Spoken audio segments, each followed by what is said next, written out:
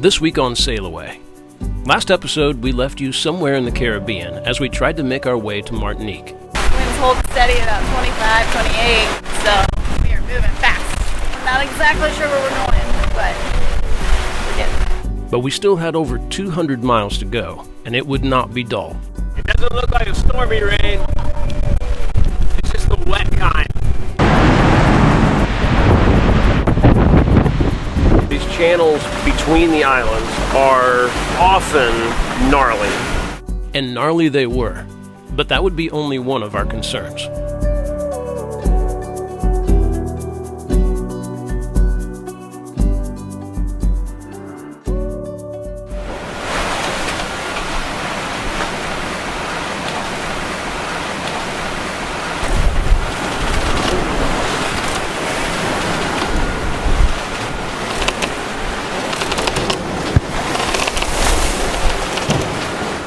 Very happy for our Dodger right then. It is, I think, about 5:30. Getting pretty close to the end of my second shift. And as you saw, the sun is preparing to come up. And man, we have had a just wild windy night. It's been most of the night blowing around 20 to 22, which is, not a huge deal, but when you're trying to point into it, that means you're pointing into the waves as well. It's a little, it's a little rough. I'm not really complaining though. We've been making really good time. I've played with the sail settings just a little bit when the wind really came up. Yeah, when it really starts blowing, the waves come up right along with it. And if the angle shifts just a little bit, we start leaping over those waves, kind of crash down on the other side. It's not too bad out here, but it's kind of uncomfortable in there sleeping. So anyway, that's the report. We've had a few clouds passing over, but nothing real crazy.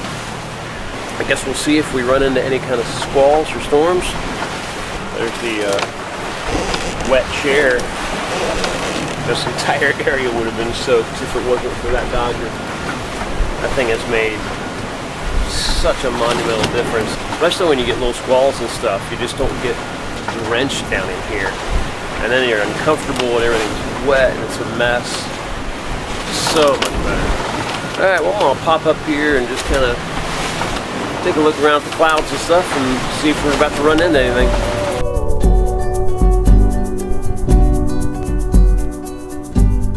Passage making is an exercise in trust. Trust in a lot of different things. Some things that don't deserve it, like weather reports.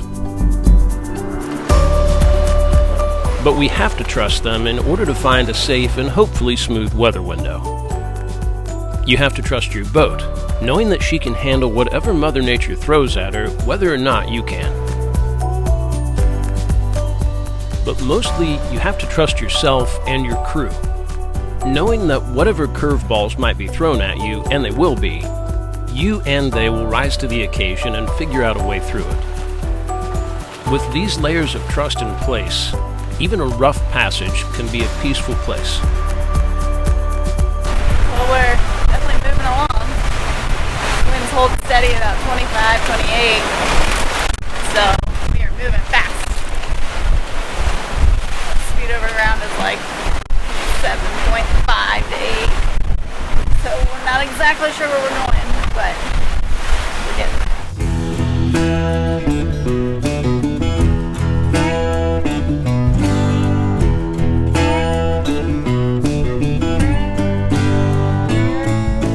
Woke up Eric.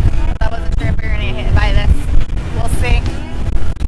It doesn't look like a stormy rain. It's just the wet kind. Yeah. Alright, well now that you're awake, I'm going to go inside.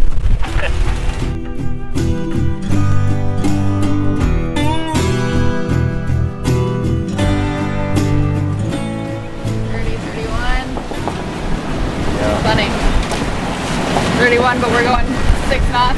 Yeah, we're pointed like pinching just a little bit. Yeah. So that we're not getting. I don't mind. I don't mind kind of pinching them. Yeah, no. Not getting overpowered. Yeah.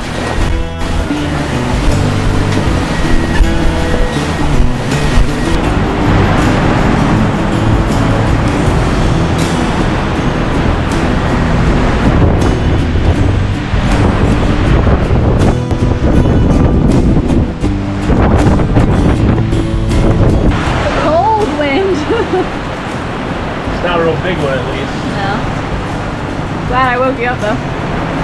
Glad I saw it when I did. Yeah. Yeah, it looked like we were going to get away from it. It looked like it was like kind of weakening and like the rain was stopping. It's like No. Not 22 now. Oh, rainbow.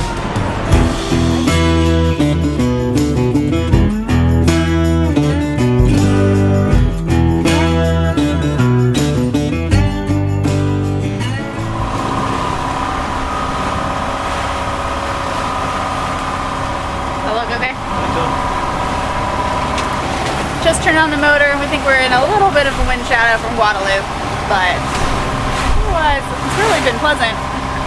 We're just going a little slow, so kick that thing on and keep our speed up, but everything's calmed down. Waves are not crashing. We can open up the windows. It's been really nice. I don't think we're going that fast. Whoa. We've been going a lot faster today, that's why it doesn't feel so fast.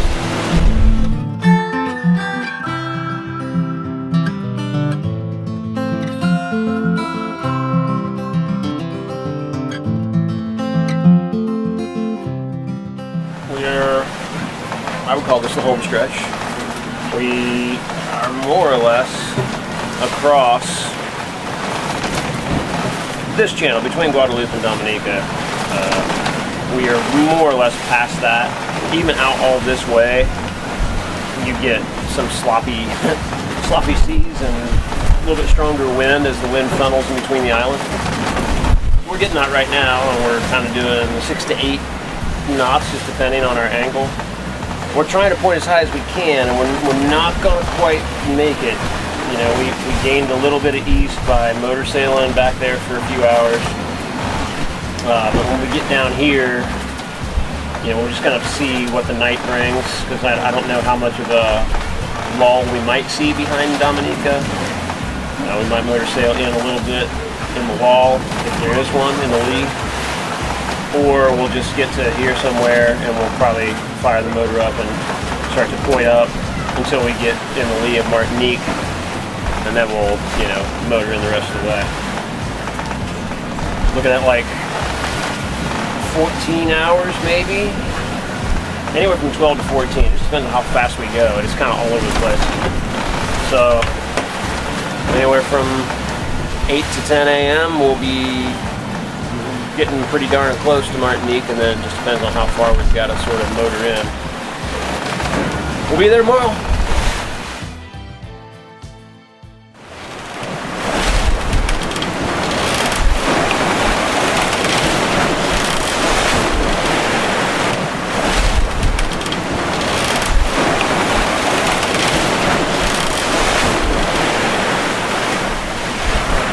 Good morning, everybody. About 5:35 looks like. And it's been a pretty interesting evening. It was pretty calm, pretty chill for the first half. We were keeping up about 5 knots of speed in pretty relatively flat water, which was nice because we knew it was going to get crazy. These channels, we've talked about before, these channels between the islands are often gnarly. And this one in particular, we did this trip last year on Cecilia, and this section of it kicked our ass. It just funnels so much wind and water down into a narrow space, relatively speaking. Not that narrow. It takes, you know, a good 6 to 8 hours to get across this one.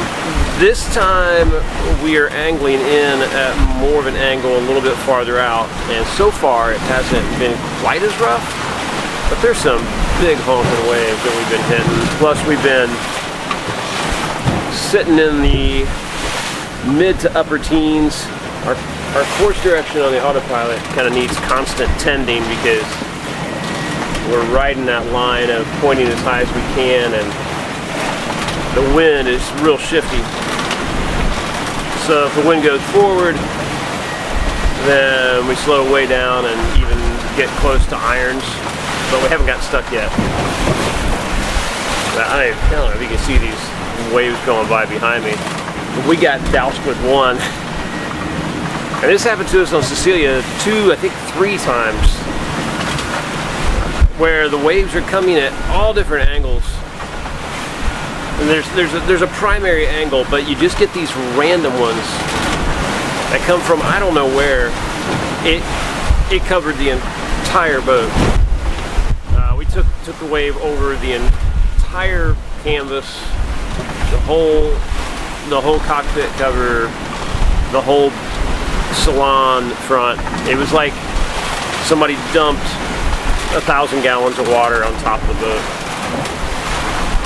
Well, luckily we've got that Dodger up there, but that was a little one.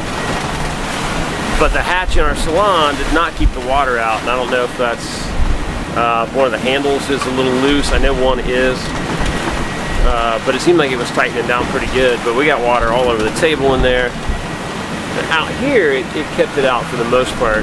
Everything's a little wet, but not as bad as it was on Cecilia, man. Those ones that landed on us last year just instantly permeated our bimini and just drenched us and the cockpit and like everything. It was massive amounts of water dumping on us. It was crazy. But so far, our angle has been much better to these waves, and they're not as gnarly as they were last year, but we knew it was going to be like this. It's nice to have the sun coming up because you can kind of see what's coming. I was standing over here looking at a light on a boat and trying to figure out where the boat was and where it was going, and I saw this wall of water coming up, and so I dove into the cockpit and I narrowly missed just getting completely soaked with it. I managed to stay mostly dry. It's just it's rough. And it's gonna be rough until we get almost to the other side. Once we get to Martinique, the wind that comes through those channels on either side wraps around whichever island. So on the north, it sort of wraps a little north as it goes around. On the south, it wraps a little around the top end of that island. So as we get closer to the other side of the channel, we're going to start to get a little bit of favorable wind direction for us to point more toward the north anchorage where we're headed. Right now, yeah, we're pointed a good 15 miles off, but once we get that benefit, and then also once we get in to the lee of Martinique, that should calm things down and it'll help us kind of angle in. We'll probably have to motor the last little bit once we get in the true lee of Martinique, but that's okay. We've only run the motor about 4 hours this entire trip, so I think that's pretty good. Try to make sure we don't get going too fast. I'm trying to keep us pointed at a nice tight reach so that our speed stays down a little bit. If we fall off, we start getting up in the 8.5 knot range, and then we start leaping off waves. And it's actually it's right around that 7 knots, 7.5 is kind of perfect. It seems to like carve right over the waves. So try to keep messing with it until we get there. It'll be a few more hours. This is not Zeke's favorite channel. Even if you can't stand up, it's difficult.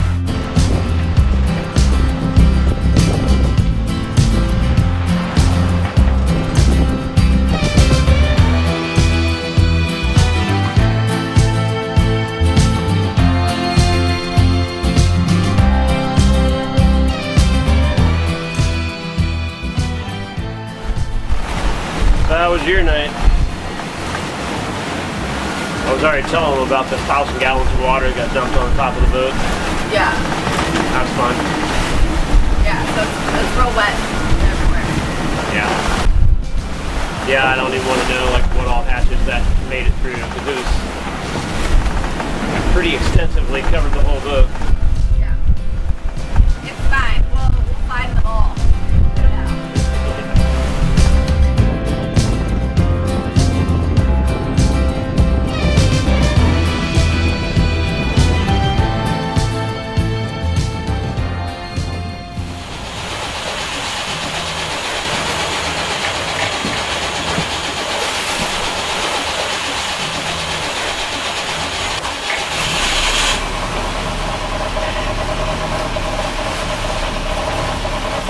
Well, never a dull moment, right? But I opened up the engine compartment just to take a look at the motor before starting it. After all that rough sailing, I just want to make sure everything looked fine. Just never know.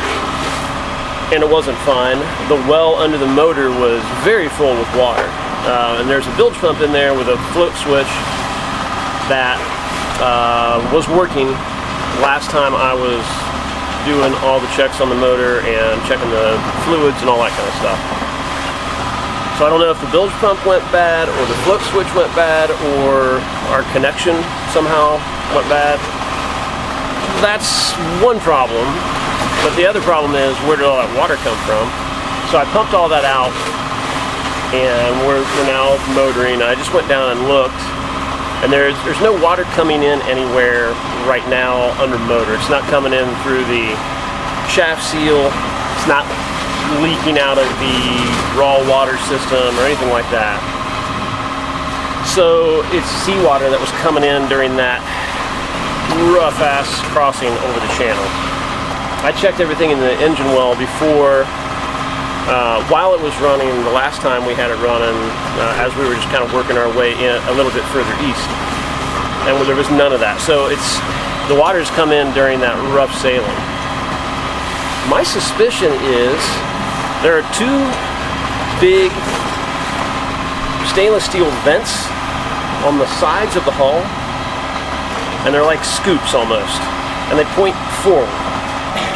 And so I think in sailing like that, where, I mean, we are rocking and we're doing 8-9 knots, and there are waves that were coming over both bows constantly. And I wouldn't be surprised if even the water that runs down the deck and off the side goes in those vents, in addition to any wave that would actually slap it. The other thing is, all the bilge pumps on this boat, and I know this was an issue with the starboard sail locker bilge when the boat was delivered to us, it didn't have a hose on it and it filled up with water. Just from water pushing in through the through hull on the inside of the hull up there.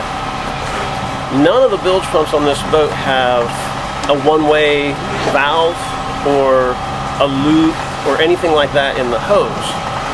Even a loop that went up and then out would stop a lot of that water coming in. So I think it might have been two things. I think it might have been those vents, and then I bet, especially with the bilge pump not working, and it shoots out on the inside of the hull.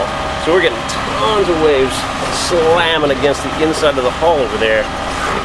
I bet it was just going straight in the bilge pump hose and filling up our engine compartment, because there wasn't any like sign of water up and around or dripping from anything in the top. Long story short, there's still kind of a lot of water in there, but there's only so much I could get out with the hand pump. It's not enough to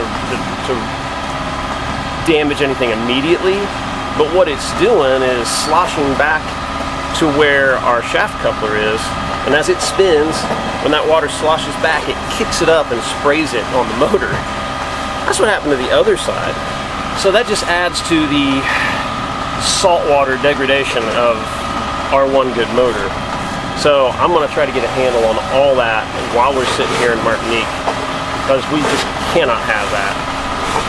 So I'm going to figure all that out, because I do not want to see that again, and I do not want to be pumping it by hand every time we have a rough sail, because it seems like we have a lot of those.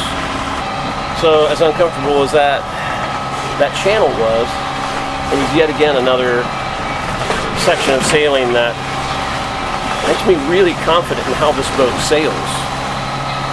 Obviously, our biggest issues are motors. Alright, that was a long rant that's kind of been building up even before the soggy bilge. But look where we are, man. There's Martinique, looking as beautiful as ever. Regarde là-bas. Est-ce que tu nous vois? C'est difficile à dire, la vie sans toi. Est-ce que tu y crois? Je And then, despite any roughness, any difficulties, any curveballs that are thrown at you, you're given the reward that you set out for. You reach the end of your passage at your intended destination. And if you're lucky like we are in this moment, it's someplace this beautiful. That one's the volcano. You can see the top. Un coin tranquille. How long does it take for you to climb? I I don't know.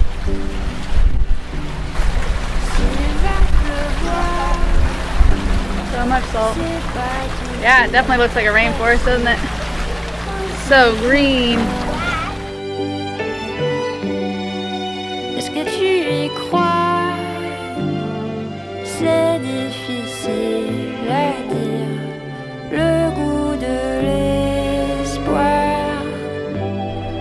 Un coin tranquille. Peut-être une île. Vie indocile. Passage drink. Passage drink. Cheers. Ah, this is a big one. Yeah. Yeah, we got east. We got like all the way east. We're not going any farther east.